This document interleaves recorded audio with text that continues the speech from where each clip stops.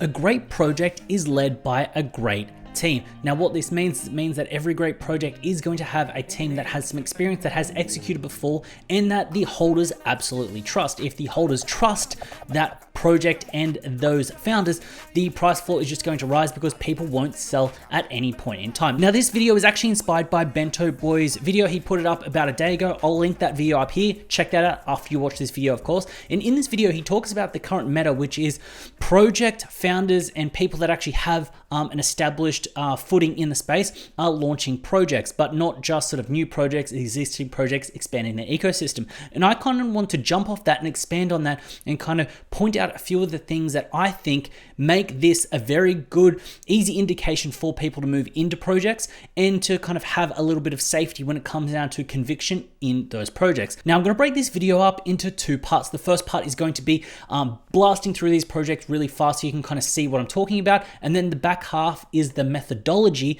about why I think this is a good play for people that are in the space and looking to kind of move into it. So first up is Dark Labs. Now Dark Labs is an extension of Dark Echelon, and Dark Echelon was founded by Amir Hussain, my boy Amir. If you actually have a look at what Amir has actually done, so he's got a huge following on Twitter, absolutely killing it. But then when you actually have a look at Dark Echelon, floor price is currently sitting at a 4.4. And then when you have a look at the price chart, this is almost a solid blue chip when it comes to an alpha pass. The fact is it's ran up and it's holding these levels between 4 and 5 ETH, even in the bearish of markets. So the fact is, with Amir and his team putting together Dark Labs, it's going to be something that he's going to work on. Now, what I will say is this isn't going to be a second drop of what Dark Echelon is. Dark Echelon, Amir has been very forward with saying that there will never be a Dark Echelon kind of V2, an extension of this pass. He's never going to sell more of these passes, and he's very smart. He knows that if he does that, he's then going to dilute the original holders of what Dark Echelon are. So everyone in Dark Echelon has some very high conviction with Amir and what he's done, and you can see he's done 1600 ETH worth of volume. This thing is good. Sales are still moving, so that is crazy. And another extension of this is OP Network. I would definitely get on and check this out. It's even less. So you've got 6,300 followers, whereas Dark Labs has around 15. Now I'm going to butt in here really quick and say that as I was doing the edit, I actually got on a call with Amir, pressed him about Dark Labs, what's kind of happening there. Same with OP Network, a few other things. Now there's a whole bunch of information that I kind of want to share and put out there, but that's going to have to just be its own separate video, deep dive video, and kind of break that down for you. I don't want to make this video too long, so keep an eye out for that. Anyway, let's kick on. Next up is going to be Psychedelics Anonymous and what they're actually doing. Now, it isn't necessarily a version 2 of Psychedelics Anonymous. It's kind of an extension of the ecosystem itself, and it is Izu. Now, Izu is sort of powered by Psychedelics Anonymous. It's almost like they've had their own sort of accelerator, and this has come out of that. I am a full set holder of Psychedelics Anonymous, so I am a big fan of Vultura and what he's actually doing with Psychedelics Anonymous, and I know a whole bunch of Psychedelics Anonymous holders. I also want to kind of butt in really quick and say that any of these projects, if you want me to do a deep dive, maybe interview the founders, get some more information, drop a comment below about what project you'd like me to do a deep dive in, and then I can just do a specific video on that and covering it all.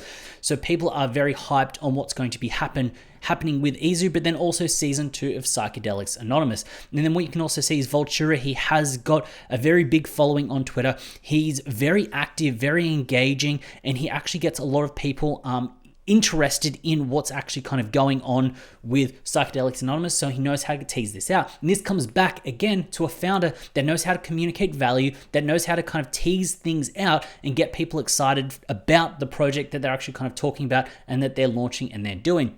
Now with Psychedelics Anonymous, they're kind of touching on with Izu the fact that there's going to be a trait economy, something I can dive in a little bit later. Now the next one isn't necessarily an influencer or that kind of thing, but it's a project that has a Genesis piece that actually is kind of doing a secondary launch. Now I'm talking about Atomo Kids. Now they've actually got a supply of 155 and a floor price of 1.25 ETH.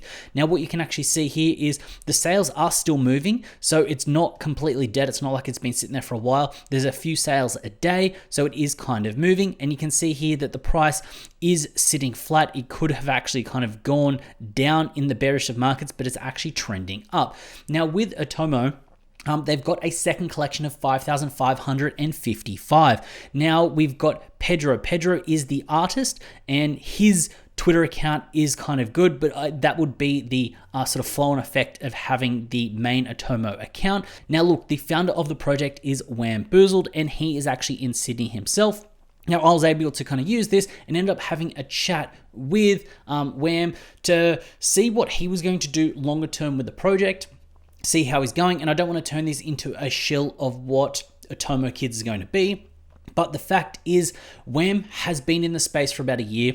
He knows, he's got connections, he knows how it works, and he also knows the value of actually doing a Genesis collection, show what you're doing, build that up, then expand on that ecosystem. The fact is, it's very powerful to have a smaller drop and then kind of build that up and then do another drop, because if you try to sell out, especially in this market, a big run of a 5K or a 10K initially off the rip, it's not going to work because people aren't going to trust you. You need to build trust to actually get people to buy in, and that also gives you confidence, the fact that a project hasn't rugged, the fact that they've got a floor price, so it means that you can actually move forward. It also gives you an indication to be able to price what a future floor price could be on that extended collection. Now look, a project that's launched and lived currently is Patrick Dang's The Parallax. Now I want to touch on this really quick.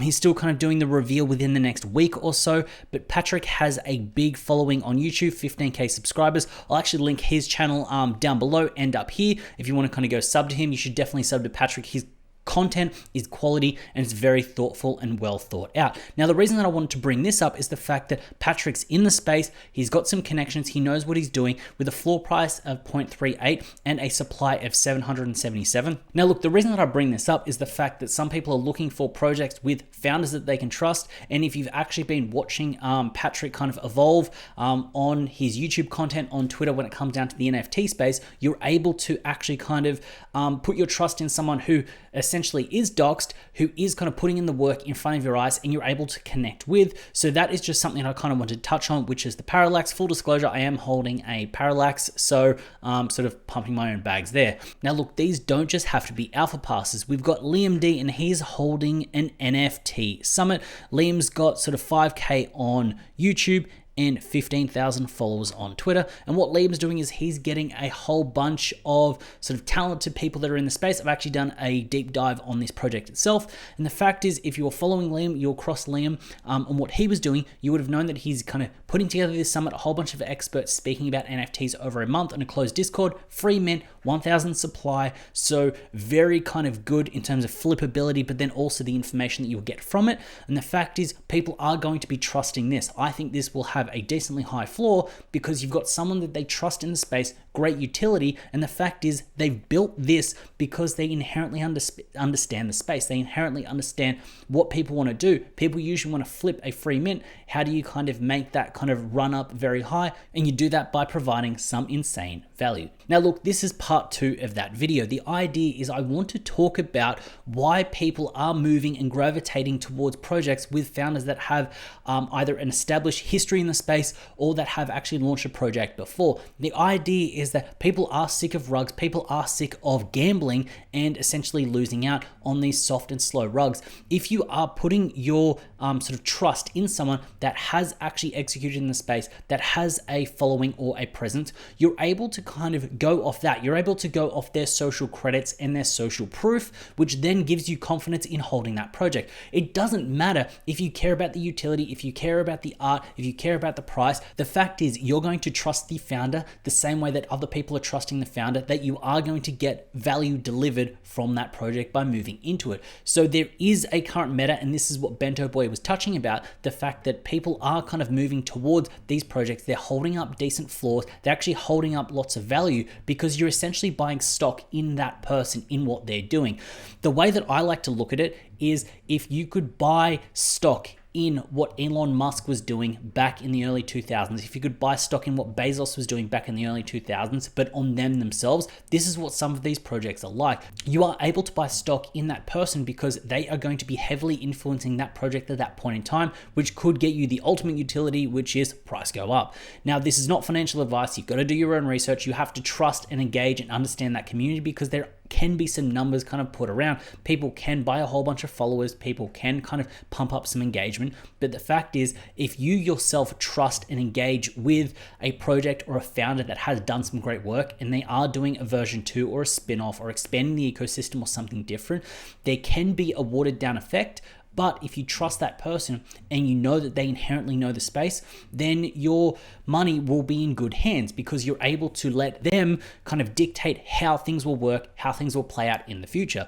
So the reason that I wanted to kind of bring up and touch this off, and Bento's initial video got my idea whirring, is the fact that people right now are scared to invest in anonymous founders, and they want to invest not just in doxed founders, because doxed people can rogue, but people that have an established reputation within the space. If someone has an established reputation, they're less likely to rug because they will have the community behind them kind of calling them out if they do anything dumb, if they do anything silly. The fact is, people right now do want to trust what is established to actually kind of get what they want from the space, which is a higher floor price or that utility that they want and crave. So that is why I wanted to kind of make an extension of this, point some out, but really kind of touch on the fact that if you are looking right now in a sea of sort of projects that are on Twitter trying to promote themselves, do what they're doing, look into the founders that you kind of look up to and see what they're doing. Look into the people that you follow on Twitter, see what they're doing, because by moving into a project and trusting a founder that you trust yourself before you came across them as the project founder, that may be a great move because you're able to actually kind of first off reach out to them, ask some questions that you want to ask, but then also get a vibe and a feel. Because if you feel like you trust that person and you would kind of mint that project, then there's most likely a lot of other people. You're not starting with a blank canvas of a founder or a project that people are just going to be trying to trust. You're going to be trusting someone that already has trust within the space. So hopefully you found value in this video. If you did, please consider hitting up that subscribe button, or while you're down there, also hit up the like button. As always, it's been a pleasure having you with me. I look forward to seeing you in the next one.